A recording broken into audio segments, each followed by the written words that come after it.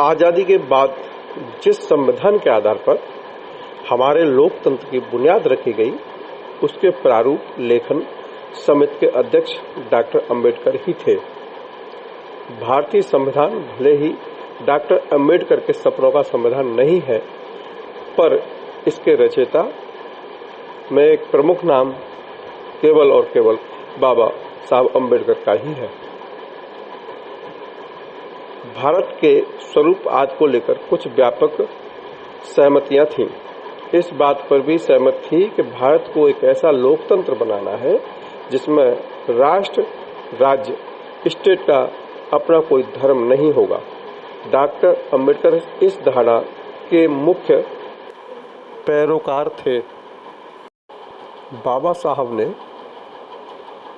दलितों, शूद्रों, अछूतों के लिए जो संघर्ष किया, जो त्याग किया, जो तपस्या की, जो बलिदान दिया, उसी के आधार पर, उसी की वजह से बाबा साहब को दलितों का, शूद्रों का भगवान कहा जाता है। बाबा साहब ने दलित, मजदूर और शूद्रों को उस स्थिति से उबारा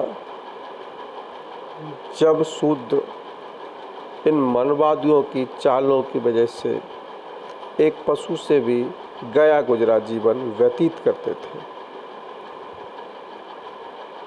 यह समाज केवल और केवल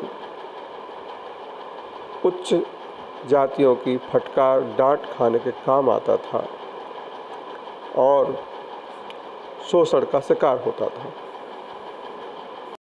हिंदू संस्कृति को पूरे भारत के लिए आदर्श जीवन संहिता बनाना संघ का घोषित लक्ष्य है।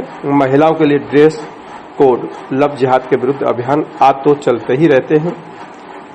असल में इस्लाम आधारित अलग राष्ट्र और हिंदू राष्ट्र दोनों ही मांग जुड़वा भाई की तरह पैदा हुई हैं और एक दूसरे को सबमल प्रदान करती रहती हैं। अगर वास्तव में हिंदू राष्ट्र बन जाता है तो इस देश के लिए भारी खतरा उत्पन्न हो जाएगा। हिंदू कुछ भी कहे, पर उसका हिंदुत्व लोगों की स्वतंत्रता, समानता और भाईचारे के लिए एक खतरा है। इस आधार पर यह लोकतंत्र के लिए अनुपयुक्त है।